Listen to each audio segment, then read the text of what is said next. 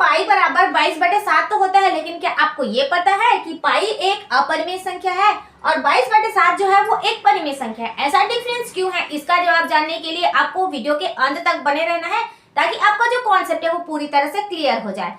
देखिए हम लोग देखते हैं दूसरा क्वेश्चन। ये दूसरा क्वेश्चन है वो बहुत ही आसान है और बहुत ही सिंपल है। इसका आंसर आपको कमेंट बॉक्स में कमेंट करके बताना है। अगर आपको नहीं आता है तो भी कमेंट कीजिएगा, मैं अगला क्लास में आपको बता दूंगी।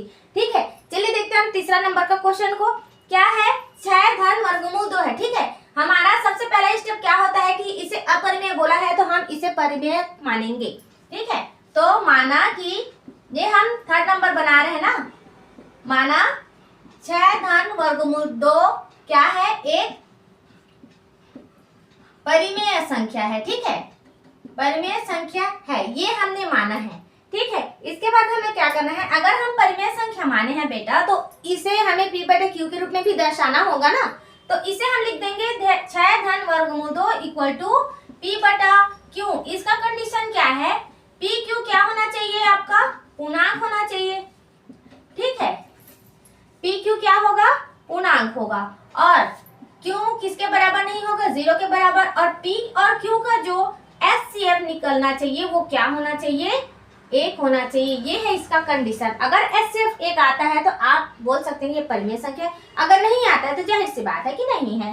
क्लियर है, तो देखिए अब इसे सॉल्व करना है, तो प्लस में है तो उस साइड जाएगा तो क्या हो जाएगा, माइनस में हो जाएगा, तो वर्गमूल 2 इक्वल टू क्या हो जाएगा, p/q माइनस कितना होगा, 6 होगा। ये हो गया आपका समीकरण नंबर 1। ठीक है, देखिए हम जानते हैं कि p/q जो है वो एक परिमेय संख्या है, लेकिन हमें ये भी पता है कि वर्गमूल 2 जो है वो एक अपरिमेय संख्या है। ठीक है, जब आप जान रहे हैं तो उसे आपको कॉपी में उतारना है सेम। ठीक है, देखिए हम जानते हैं, आपको सेम लिखना है, जानते हैं कि p/q माइनस 6 परिमेय है। ठीक है, परिमेय संख्या है तथा वर्गमूल क्या है, एक अपरिमेय संख्या। अगर आप नहीं लिखेंगे तो आपको नंबर नहीं मिलने वाला बेटा, देख लीजिए आपको लिखना है कि नहीं लिखना है। ठीक है, परिमेय संख्या है। अगर आपको पूरा नंबर चाहिए ना तो पूरा स्टेप बाय स्टेप आपको फॉलो करना है। ठीक है, तो देखिए तथा वर्गमूल 2 एक अपरिमेय संख्या है, यहाँ तक हमने लिख लिया। उसके बाद क्या करना है कि समीकरण 1 को पकड़ लीजिए। कैसे पकड़ेंगे, वर्गमूल 2 equal to p/q minus 6 same लिखिए और जो बराबर है उसे काट दीजिए। ठीक है, यहाँ पे हमें लिखना है समीकरण 1 से।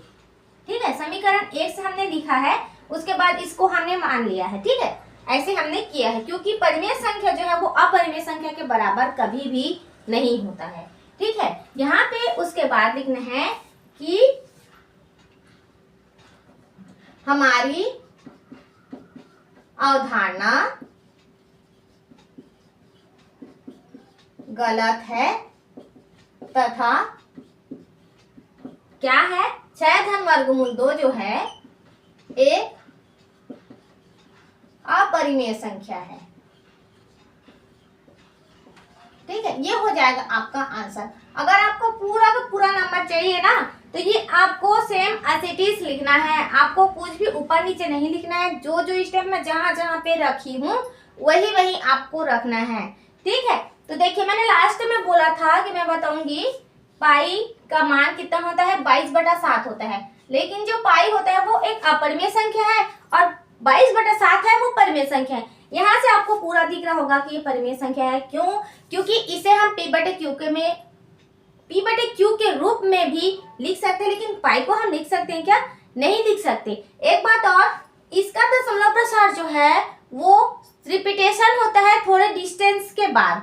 ठीक है, अगर आप इसे भाग दे के देखेंगे तो इसका जो दशमलव प्रसार आएगा वो थोड़ी देर के बाद रिपीट हो जाएगा। ठीक है, जिस संख्या से वो भाग जाएगा वही संख्या थोड़ी देर बाद आ जाएगी, लेकिन पाई का जो मान आएगा ना वो उसका दशमलव प्रसार कभी भी शांत नहीं होता है, अशांत रहता है, अनावर्ती होता है। ठीक है, आवर्ती नहीं होता, अनावर्ती होता है। इसीलिए हम इसका मान, इसे हम अपरिमेय बोलते हैं और इसे परिमेय बोलते हैं। लेकिन पाई का मान 22/7 नहीं होता, ये तो हम मानते हैं ना, पाई बराबर 22/7।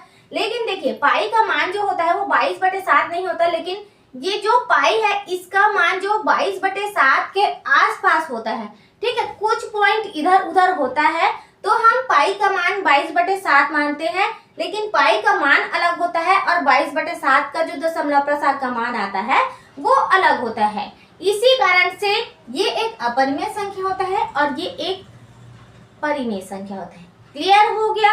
अभी तक हम जान रहे थे कि पाई बराबर 22/7 होता है, लेकिन हमें ये नहीं मालूम था ना कि पाई परिमेय है या अपरिमेय है। ये तो हम जान रहे हैं कि बटे के रूप में है, p/q के रूप में है, तो ये परिमेय है। आई होप यहाँ तक आपका क्लियर हो गया होगा। तो वीडियो अच्छा लगे तो लाइक करें, शेयर करें, सब्सक्राइब करना ना भूलें। अब मिलते हैं क्लास में, तब तक देखते रहिए, सीखते रहिए, मैथ्स का रिविजन करते रहिए। Thank you.